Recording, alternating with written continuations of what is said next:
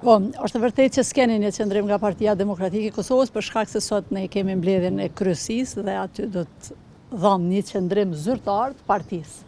Ndërsa qëndrimi im personal si deputet dhe si Ganimet është Lidhja Demokratike gjithmonë duke u frigu me marrë vendime ka lënë Kosovën bukur shumë mbrapa.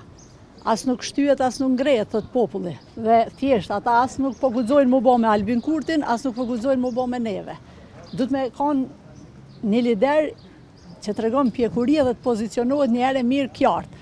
Nuk ban PDK-ja, nuk ban vetëvendosja, jo tash hajde se po bojnë atë tana bashkë. Dhe më thonë, kjo është thjesht me bo hajgare me votën e qytetarëve të Republikës Kosovës dhe thjesht me thellu edhe me tej krizën politike në vend. Prandaj, unë mendoj që kjo adoleshenca politike duhet marrë fund dhe kryetarët e partive të cilët ma nuk e meritojnë as me i qujt lider, duhet përfundimisht të tregohen të përgjithshëm ndaj Republikës Kosovës dhe ndaj qytetarëve të saj. Për çfarë koalicioni jeni ju personalisht? Ta thash edhe një herë, qëndrimet e Partisë Demokratike do t'i jepim mas mbledhjes së partisë që e kemi sot, e për personalisht besoj që do t'ju flas një ditë tjetër për koalicionin. Qëndrimet e mia dihen.